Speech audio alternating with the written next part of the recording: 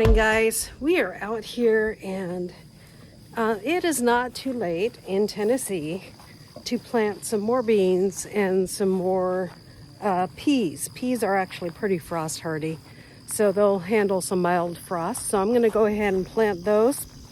Put a little fence around it like I did my beans. And I have a couple beans in here for some of the spots that are missing out of the row. Put a cute little fence around my beans here. And so I'm just gonna, where there's hardly any beans, we're gonna toss some in there. This ground is so dry. There's a little moisture underneath the mulch, but so we're just gonna, some of the beans didn't come up here. I don't know why. Could be because it's been so dry.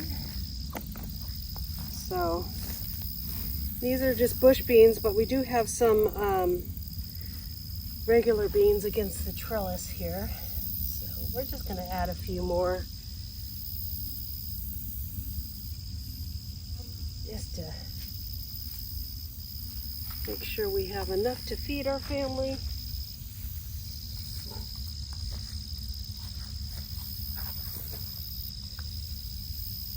Looks like some are still trying to come up, and that's fine. This is, I'm just putting one little seed in a hole, and then you're going to make sure that you water this really good for a few days.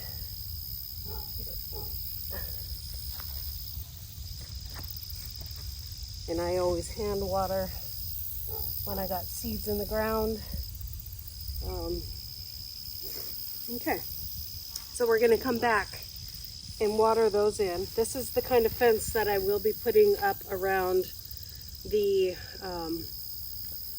peas as well. It's been working great. Last time this year, or early on this year, this is my 4th planting of beans now, and every time the rabbits get them or whatever else gets them. So this fence has worked really well. So we're going to do the same. We're going to put them on the trellis with the cucumbers over here. And that is not going to hurt anything. So we'll just plant them in here with the cucumbers. And they'll have the advantage of this trellis, because this trellis I never really take down. Now there's a lot of mulch under here in this bed. And you just want to put them about 1 inch deep, and I put 2 about every 6 inches.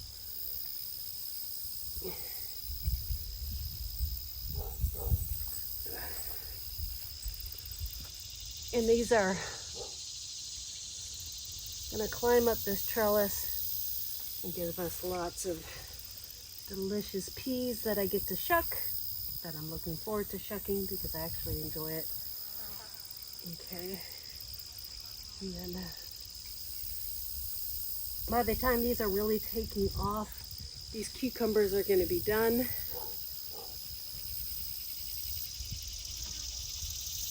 friend, which I think he moved out.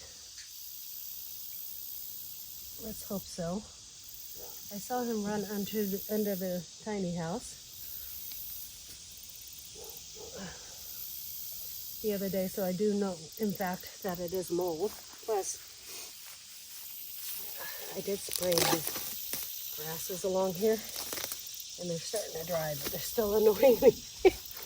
I spray them with vinegar. I don't spray them with anything else. We're an organic homestead here.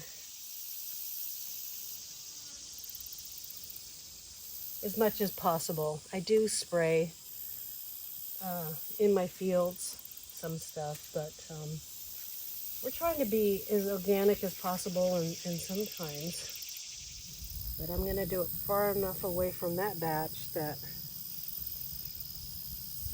they'll still reach for the same trellis, but that's okay.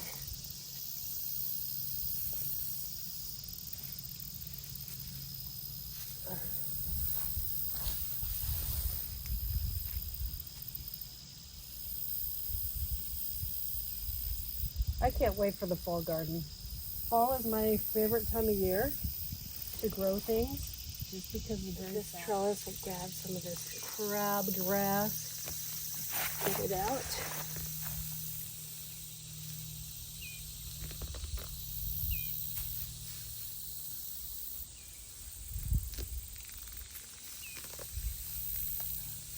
Then we'll water everything in.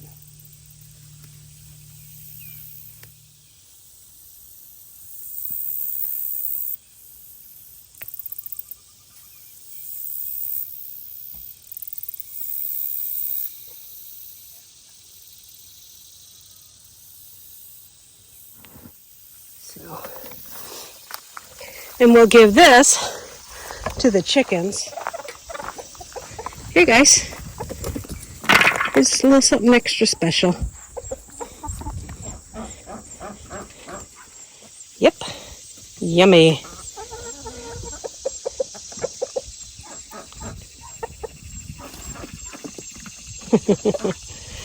They'll eat them. Like you can see, some of those beans didn't come up. And the seeds all looked very viable when I put them in. They weren't old, but it was hot.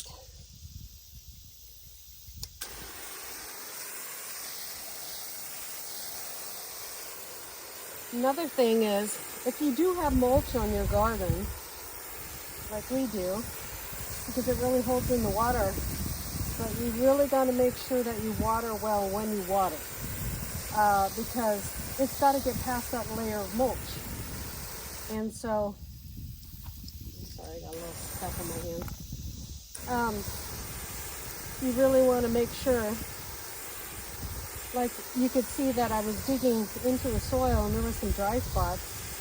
You just really want to make sure that you get past that mulch when you water.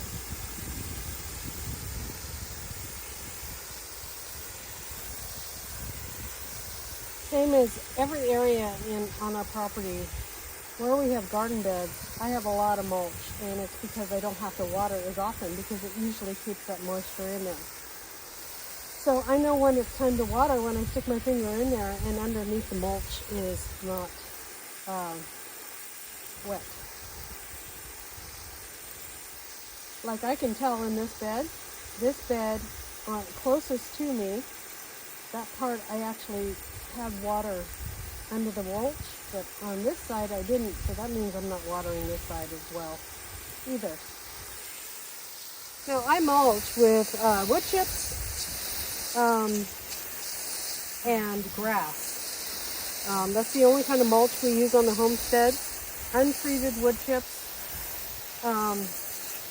In here there's some bigger pieces of, you can see on the top, it's charcoal wood chips that I've burnt.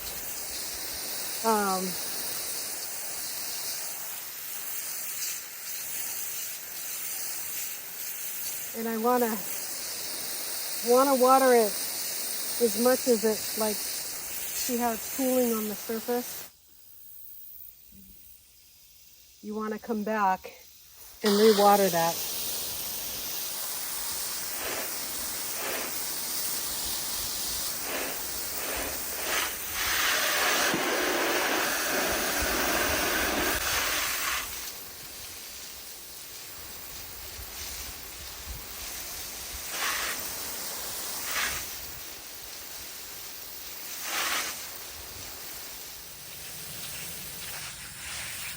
I gotta come over here. I got some cucumber and more seed that we just put in there.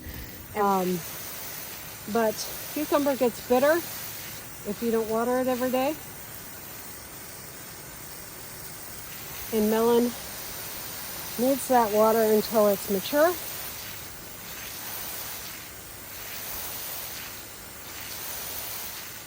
And then the last month, after you have a good group of melons on, you let it go. You turn off the water. So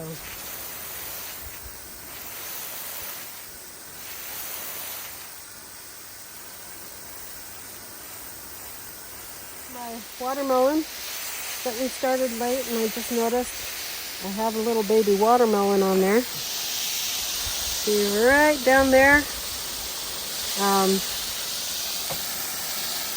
Yeah.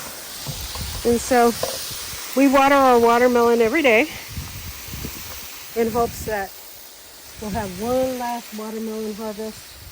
We've had like 8 watermelons this year already. Delicious watermelons. And the funnest thing about growing here in Tennessee is I can grow stuff like this. Couldn't grow it in Oregon at all. So, get that watered in good. Okay, all done watering for the day. Turn off the water, and that will be it for this video, guys. Just a quick and simple video. God bless you guys, and we'll see you next time here on Hedgehog's Homestead. Bye.